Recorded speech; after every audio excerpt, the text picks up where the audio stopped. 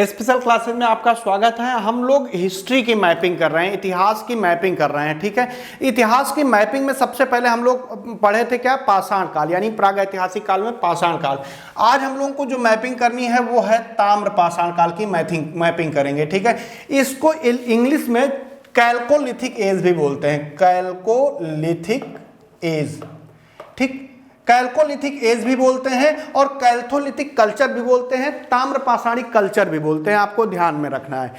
हम लोग इसके पहले पढ़े थे पाषाण काल, जिसमें पूरा पाषाण काल, मध्य पाषाण काल, नव पाषाण काल। पाषाण मतलब होता है पत्थर, यानी पत्थरों के औजारों से, क्योंकि कोई लिखित साक्ष्य नहीं है पाषाण काल का, तो जो पत्थर का औजार प्रयोग करते थे उनके आधार पर जो पाषाण काल था उसको विभाजित किया गया था। नव पाषाण के अंत तक मानव जो है धातुओं से परिचित होने लगा। उसने जो सबसे पहली धातु प्रयोग की वो धातु थी तांबा। ताम्र मतलब ही तांबा होता है और पाषाण मतलब होता है पत्थर।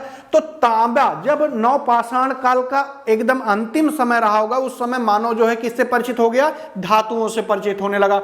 तो तांबे के साथ साथ पत्थर के औजारों का प्रयोग उसने जारी रखा। उस काल को कहते हैं ताम्र पाषाण काल या ताम्र पाषाण संस्कृति के नाम से जानते हैं। ठीक है, इस समय की कुछ खासियत रही है वो हम लोग देख लेते हैं एक एक करके, उसके बाद स्थल को देखेंगे। इस समय कुछ संस्कृतियां प्रचलित रही हैं, उनको भी हम लोग पढ़ेंगे, जैसे जारवे संस्कृति है, रंगपुर है, मालवा संस्कृति है, प्रभा संस्कृति है, इन सबको हम लोगों को पढ़ना है।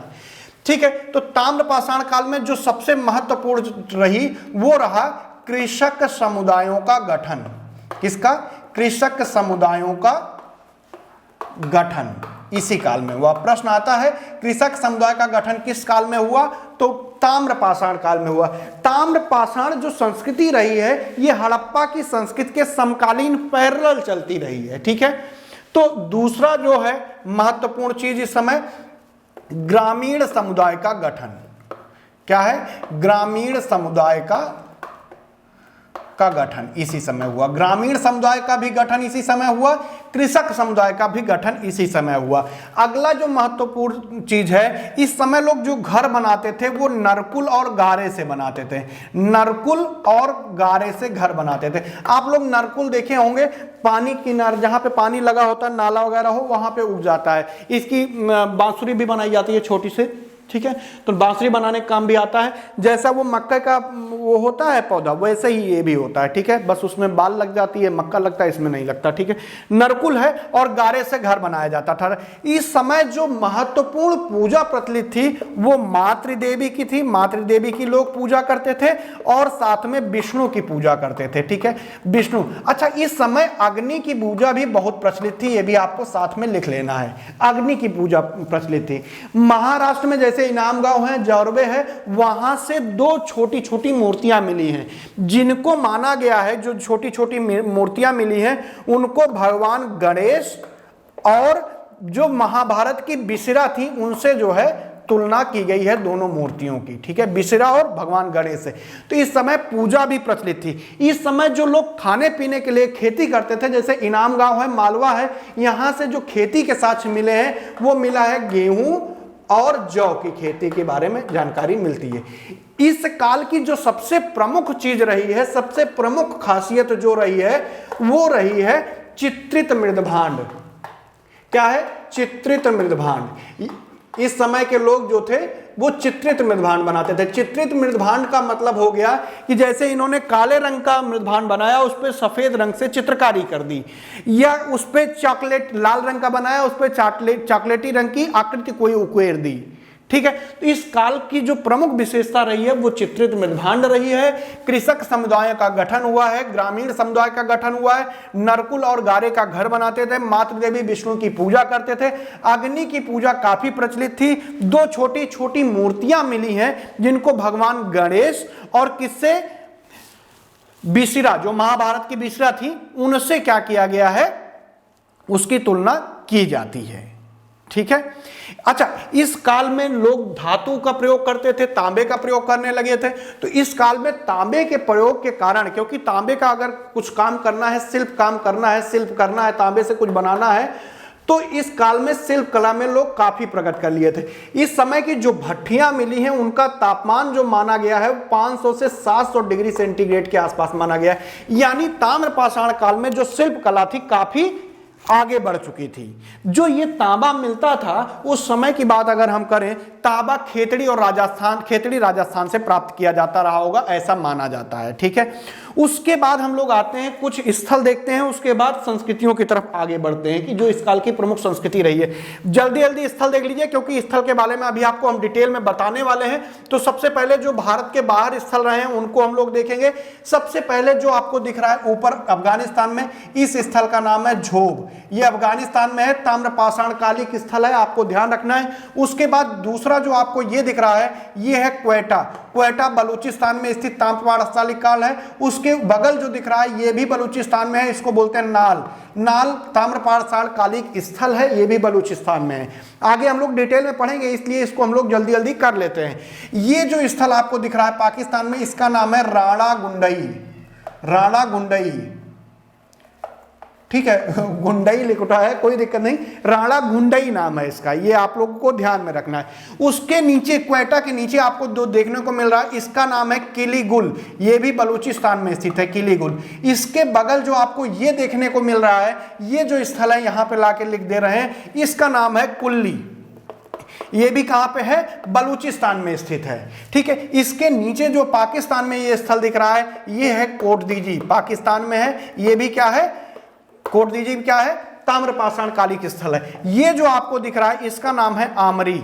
आमरी क्या है? आमरी पाकिस्तान में है, ये भी एक ताम्रपाषाण कालिक स्थल है। और भी छोटे छोटे बहुत स्थल मिले हैं, लेकिन जो महत्वपूर्ण है यही है। ये भारत से बाहर मिले हैं ताम्रपाषाण कालिक स्थल, इसलिए इनको आपको दिखा रहे हैं। इसके बाद अब भारत के अंदर हम लोग देखते हैं, इसको मिटा देते हैं, आप लोग लिख लीजिएगा, स्क्रीनशॉट लेके आप लोग लिख सकते हैं, नहीं तो अभी आगे पढ़ाएंगे तो आप लोग लिख लीजिएगा, कोई दिक्कत नहीं, आगे पूरी डिटेल में अभी हमको पढ़ाएंगे। राजस्थान, अब सबसे पहले राजस्थान में हम लोग देखते हैं कि राजस्थान में कौन कौन से स्थल हैं। ठीक है, एक मिनट।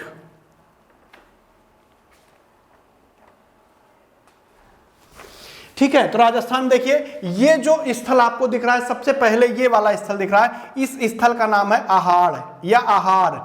ये राजस्थान में स्थित है। ये जो स्थल दिख रहा है ये बालाथल है। ये जो स्थल दिख रहा है ये इसका नाम है गिलुंद। क्या नाम है? गिलुंद। ये सब राजस्थान में है, ताम्रपाषाण कालिक स्थल है, आपको ध्यान में रखना है। कैसे हैं? ताम्रपाषाण कालिक स्थल है। गिलुंद हो गया, बालाथल आपका हो गया और आहाड़ हो गया, ये सब राजस्थान में है। ठीक है, उसके बाद आप देखेंगे तो जो दक्षिण ये वाला स्थल दिख रहा है, ये इस स्थल का नाम है झूकर। कहीं कहीं झाकर भी लिखा हुआ है, तो झूकर है, ये राजस्थान में सारे हैं। तो झूकर संस्कृति यहां डेवलप हुई है। ठीक है, उसके बाद जब आप आगे बढ़ते हैं तो आप देखते हैं कि गुजरात दिख रहा है। गुजरात में सबसे महत्वपूर्ण जो है वो है नकदा और मालवा। ये आपको नकदा दिख रहा है, गुजरात का स्थल है प्रमुख, और ये मालवा है, ये भी कहां का स्थल है? गुजरात का प्रमुख स्थल है। नकदा और मालवा आपको दिख रहा है। उसके बाद जब महाराष्ट्र में आप सबसे पश्चिमतम भाग पे देखेंगे तो ये आपको दिखाई देगा इनाम गांव। अभी हम लोग आगे पढ़ेंगे, सबसे पहले ये आप लोग फटाफट देख लीजिए, फिर उसके बाद डिटेल में आगे हम लोग जाएंगे। जो इसके उत्तर में दिख रहा है ये वाला हिस्सा, ये वाला जारवे है। जारवे है, जहां पे जारवे संस्कृति जो है वो डेवलप हुई है। उसके बाद जो ये आपको दिख रहा है ये चंदौली है। चंदौली मत लिखना, चंदौली करके है, चंदौली है। और दक्षिण में जो दिख रहा है ये है दैमाबाद। कौन सी जगह है? दैमाबाद। तो ये महाराष्ट्र के स्थल हो गए जो ताम्रपाषाण कालिक स्थल हैं। ठीक है, उसके ऊपर आप जब देख रहे हैं मध्य प्रदेश में दो बने हैं। मध्य प्रदेश में एक ये बना है, यहां पे जगह का नाम है कायथा। यहां पे कायथा संस्कृति विकसित हुई है, ये मध्य प्रदेश में है। और नीचे जो दिख रहा है आपको ये नौदा टोली है। नौदा टोली भी क्या है? ताम्रपाषाण कालिक स्थल है मध्य प्रदेश का। ये स्थिति रही है मैपिंग की। अब हम लोग डिटेल में पढ़ने की शुरुआत करते हैं, एक एक स्थल को पढ़ेंगे, उसके बारे में जानेंगे और समझेंगे। ये केवल आपको दिखाने के लिए कहां कहां है, अगर आप कंफ्यूज ना हो इसलिए।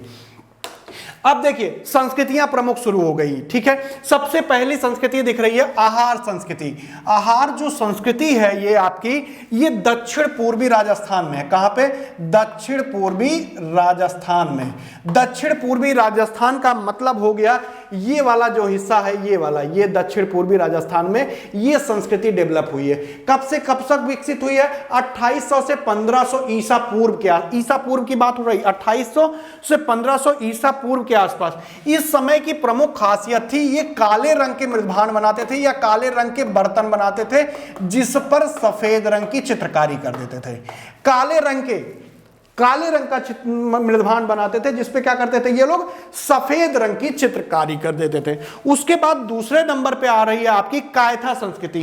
कायथा संस्कृति जो विकसित हुई है वो पश्चिमी मध्य प्रदेश में विकसित हुई है। पश्चिमी मध्य प्रदेश मतलब क्या हो गया? ये देख लीजिए आप, पश्चिमी मध्य प्रदेश मतलब ये वाला जो हिस्सा है, ये वाला पश्चिमी मध्य प्रदेश में कायथा संस्कृति विकसित हुई है।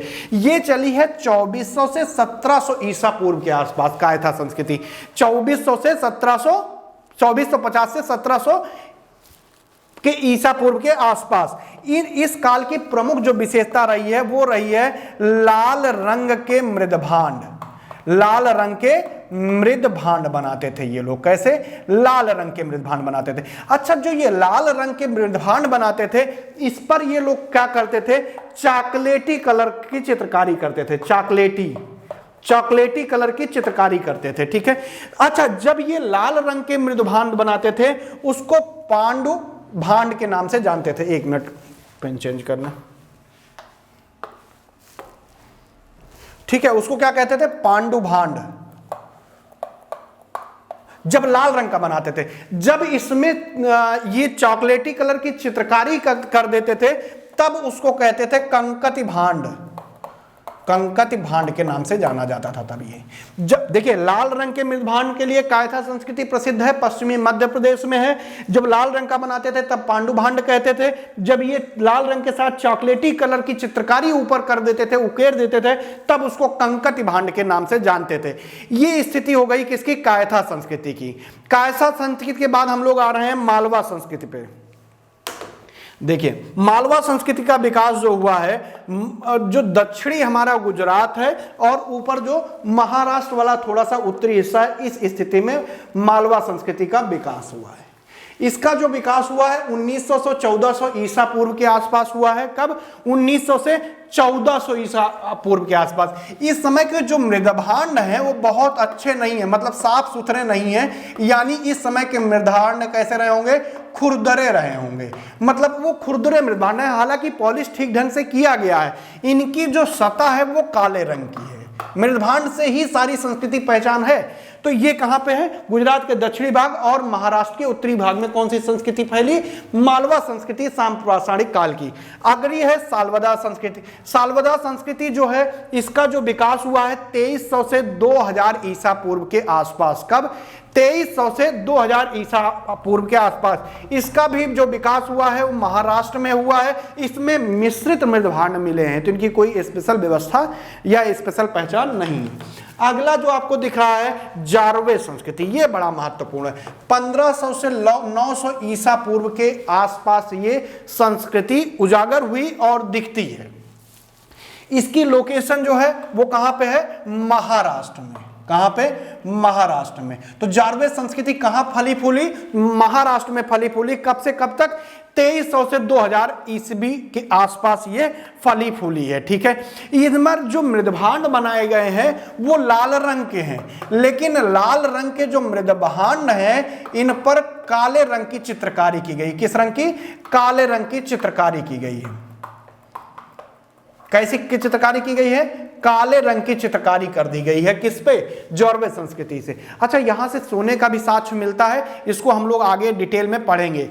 उसके बाद अगली जो संस्कृति आपको दिखने को मिलेगी वो है प्रभास संस्कृति और रंगपुर संस्कृति। दोनों जो ये संस्कृतियां हैं ये गुजरात के पूर्वी हिस्से में फैली हुई थी। प्रभास संस्कृति और रंगपुर संस्कृति, ठीक है। पूर्वी, उत्तर से पूर्वी भाग में गुजरात के उत्तरी भाग से लेकर दक्षिणी भाग तक ये पूरी तरह फैली थी। इन दोनों की एक महत्वपूर्ण विशेषता रही है, वो है चमकीले मृदभांड। क्या रही है? चमकीले मृदभांड इस समय थे। चमकीले मृदभांड, मिट्टी के बर्तन बनाए गए, उसको चमकीला बना दिया गया, चमकीला कर दिया गया। ठीक है, तो प्रभात संस्कृति जो फली फूली पूर्वी गुजरात में कब से कब तक फली फूली है? 2000 से 1400 ईसा पूर्व के आसपास। और जो हमारी रंगपुर संस्कृति रही है ये 1700 से 1400 ईसा पूर्व के आसपास फली फूली है। ये संस्कृतियां हो गई कब? जब ताम्रपाषाण काल चल रहा था। उसके बाद हम लोग स्थल पे आते हैं, एक एक करके मैपिंग करते हुए चलते हैं। सबसे पहला स्थल आपको दिख रहा है क्वेटा बलूचिस्तान। क्या है? क्वेटा बलूचिस्तान। आपको क्वेटा बलूचिस्तान हमने जगह दिखा दी है। ठीक है, इस समय की प्रसिद्ध जो खासियत रही है, ये देखिए, ये क्वेटा बलूचिस्तान। उसके बाद दूसरा आप देख रहे हैं नीचे, वो भी देख लीजिए, किलीगुल है। किलीगुल यहां पे हमने आपको दिखाया था, ये कहां पे? बलूचिस्तान में। क्वेटा बलूचिस्तान की जो खासियत रही है वो खासियत रहेगा टोगाऊ मृदभांड। क्या है? टोगाऊ मृदभांड। टोगाऊ मृदभांड जो है मूलतः ईरानी मृदभांड को कहते हैं, टोगाऊ मृदभांड। तो उसी तरह इसकी खासियत क्या थी? इनकी जो बनावट थी कुछ इस तरह थी। मान लो ये मृदभांड बनाते थे, इसका जो गला था वो लंबा कर देते थे। अगर आज की डेट में आप देखना चाहेंगे, अगर आप सुराही देखे होंगे तो कुछ उस तरह से बनाया जाता था, मतलब उसका गला जो होता था वो क्या कर देते थे? लंबा। तो उसको टोगाऊ मृदभांड कहते थे। मूलतः ईरानी शब्द है, मतलब आगे का जो सिरा होता था वो लंबा होता था। ठीक है, ये आपको ध्यान रखना है। तो क्वेटा बलूचिस्तान की खासियत है। उसके बाद किलीगुल भी क्या है? ताम्रपाषाण कालिक स्थल है, ये भी क्वेटा घाटी में स्थित है। यहां भी जो है टोगाऊ मृदभांड ही मिला है, तो कोई विशेष खासियत इसकी नहीं है। तो हम लोगों ने दो देख लिया, कौन कौन सा? एक क्वेटा देख लिया, उसके बाद किलीगुल देख लिया। अब हम लोग देखेंगे कुल्ली बलूचिस्तान। क्या देखेंगे? कुल्ली बलूचिस्तान। कुल्ली बलूचिस्तान कहां पे था? ठीक जो हम लोगों ने देखा था सबसे पहले क्वेटा, उसके बाद हम लोगों ने देखा था किलीगुल, किलीगुल के बाद हम लोगों ने देखा था कुल्ली। तो ये कौन सा था? क्वेटा। ये क्या था? किलीगुल। उसके बाद ये कुल्ली। तो ये स्थिति है कुल्लीगुल की। उसके बाद एक नाल भी हम लोगों ने देखा था, ये भी देख लेते हैं स्थिति। यहां पे नाल, ठीक, तो यहां पे आपको नाल बना लेना है। नाल कहां पे है? ये भी बलूचिस्तान में है। अब एक एक करके हम लोग समझते हैं। सबसे पहले आपको दिख रहा है कौन सा? कुल्ली बलूचिस्तान। यहां पे बेलनाकार छिद्रित पात्र मिले हैं। बेलनाकार छिद्रित पात्र यानी बेलनाकार, इसमें छिद्र है, बस इतना ही है। तो बेलनाकार छिद्रित पात्र मिले हैं। मृदभांड के ऊपर बैल, हिरण, बकरे का अंकन मिलता है, मतलब उनका चित्र मिलता है। बैल का, हिरण का, बकरे का अंकन मिलता है। ठीक है, उसके बाद अगली जो खासियत है इसकी कि तांबे के मूठ वाला एक दर्पण मिला है। तांबे के मूठ मतलब जो पकड़ने का स्थान होता है उसका एक दर्पण मिला है, जिसका जो पकड़ने का वो है मूठ है वो किसका है? तांबे का है। तांबे के मूठ वाला एक दर्पण मिला है। कहां से? कुल्ली बलूचिस्तान से। कलश समाधान यहां पे मिलता है। ठीक है, ये आपको ध्यान रखना है। नाल बलूचिस्तान में पांडु रंग के मृदभांड मिले हैं। पहली खासियत है जिस पर काले और सफेद रंग का अलंकरण किया गया है। ठीक है, ये नाल बलूचिस्तान पांडु रंग के पूछा गया है कई बार, तो आपको ध्यान रखना है कि नाल बलूचिस्तान में किस रंग के? पांडु रंग के मृदभांड मिले। अगला जो स्थल हम लोग देखने जा रहे हैं वो झोब है अफगानिस्तान में। झोब हमने देखा था, यहाँ पे है, ये झोब अफगानिस्तान है। ये पूरा ये वाली जो लाइन आई है, इधर वाला अफगानिस्तान है, इधर पाकिस्तान है, इधर बलूचिस्तान है। तो ये हो गया झोब अफगानिस्तान। यहाँ पे लाल रंग के मृदभांडों का साक्ष्य मिलता है। जो झोब है अफगानिस्तान में, बार बार आपको नाम याद कर लेना है, यहाँ पे लाल रंग के मृदभांड मिले हैं। लाल रंग के मृदभांड का साक्ष्य मिलता है। यहाँ पे जो है मकान जो बनाए जाते थे उनकी नींव पत्थरों की बनाई जाती थी।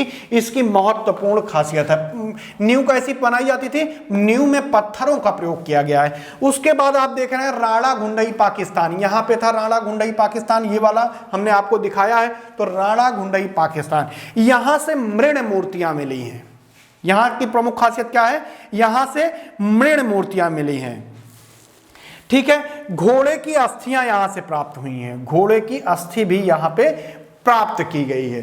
तो ये है राणा गुंडई पाकिस्तान। अगला स्थान देख लें कौन सा है? अगला है आमरी पाकिस्तान। आमरी पाकिस्तान।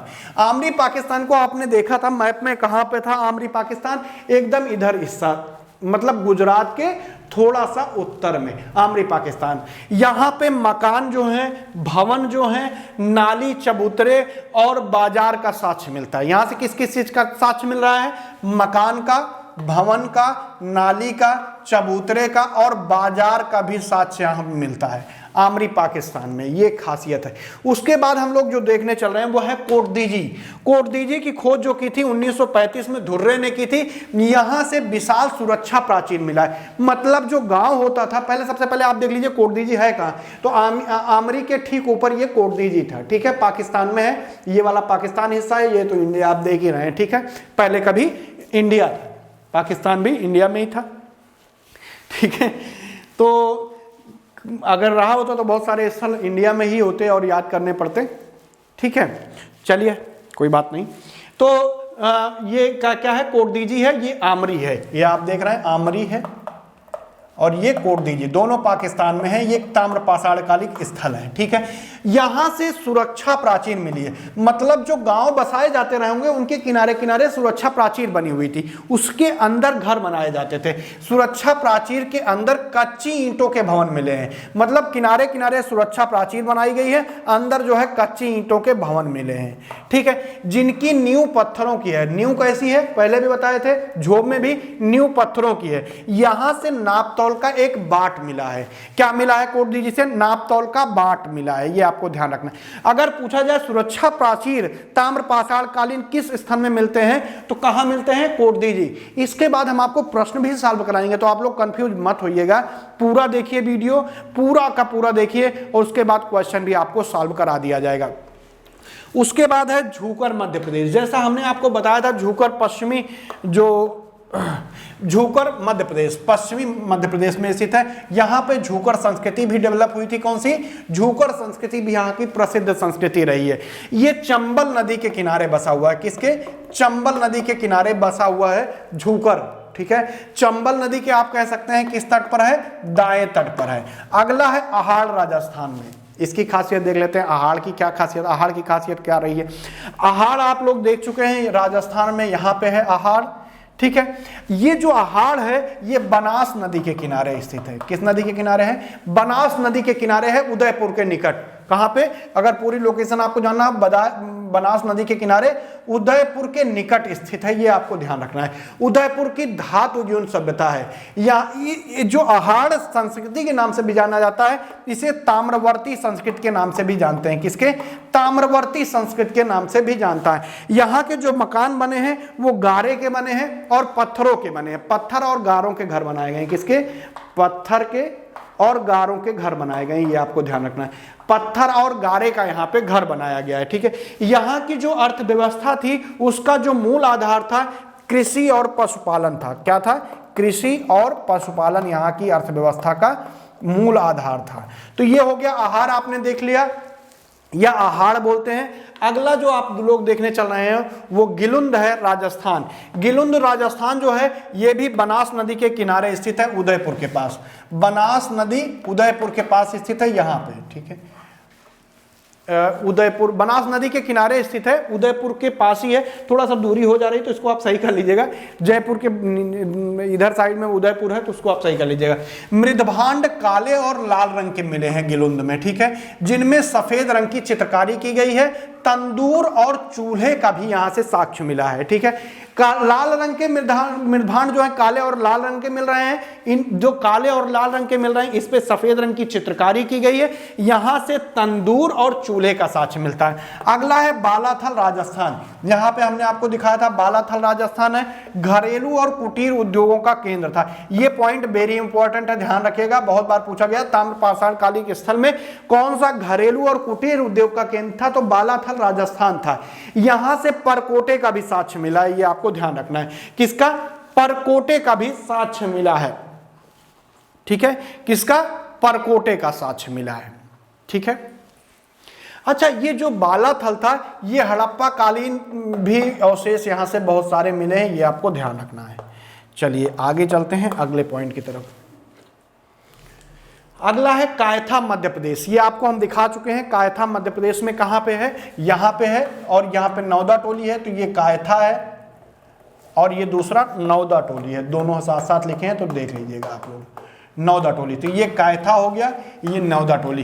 कायथा मध्य प्रदेश में है, उज्जैन के आसपास है कायथा मध्य प्रदेश का, ठीक है। काली सिंध नदी आपको जो दिखती है, काली सिंध नदी जो है इसके दाहिने भाग पर स्थित है, दाहिने तट पर स्थित है, ठीक है। यहां से प्रमुख तांबे के बहुत सारे औजार मिले हैं, यहां से किसके, तांबे के और पत्थरों के भी औजार मिले हैं। तो तांबे और पत्थरों के औजार यहां से प्राप्त हुए हैं, ये आपको ध्यान रखना है, ठीक है। काली सिंध जो नदी है चंबल की सहायक नदी है। उसके बाद नौदा टोली आप देख रहे हैं, इंदौर के दक्षिणी भाग में ये स्थित है नौदा टोली।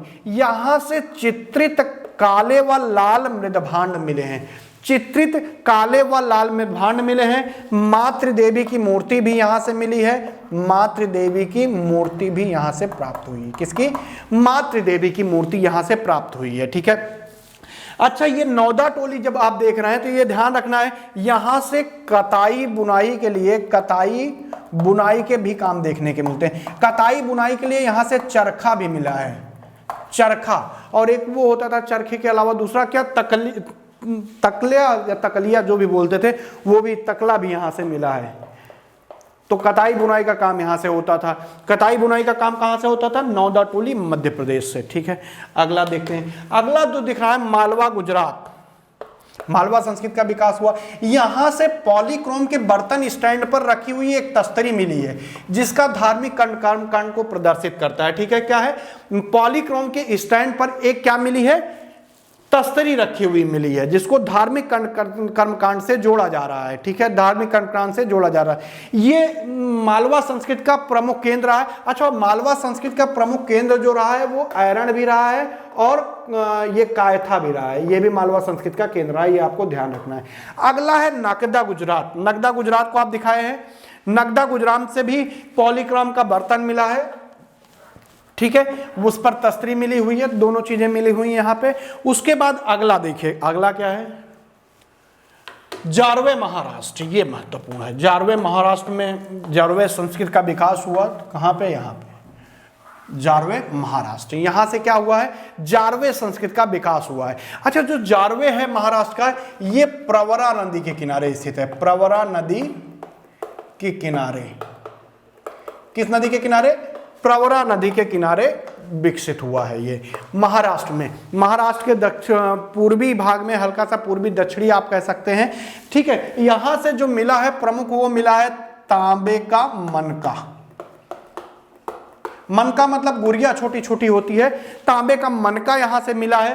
तांबे के ही 6 कुठार यहां से मिले हैं, 6 कुठार मिले हैं, गिनती से 6 कुठार, कुठार तांबे के 6 कुठार मिले। अच्छा, तांबे की ही चूड़ी मिली है यहां से, जारवे संस्कृति, इतनी चीजें मिली हैं, तांबे का मनका, तांबे के 6 कुठार और तांबे की ही चूड़ी यहां से मिली है। प्रवरा नदी के किनारे स्थित है, उसके दक्षिण में स्थित है। तो अच्छा, एक चीज और यहाँ पे याद करने वाली चीज है, सोने के आभूषण का पहला साक्ष्य यहीं पे मिलता है। सोने के आभूषण का साक्ष्य मात्र एक स्थान से मिलता है, जारवे संस्कृति की, ठीक। सोने के आभूषण प्रयोग का साक्ष्य कहां मिलता है, जारवे महाराष्ट्र से, एकमात्र ताम्रपाषाण कालिक स्थल है। उसके बाद अगला आप देख रहे हैं दैमाबाद महाराष्ट्र। दैमाबाद महाराष्ट्र आपने देखा ही है, ये स्थिति है।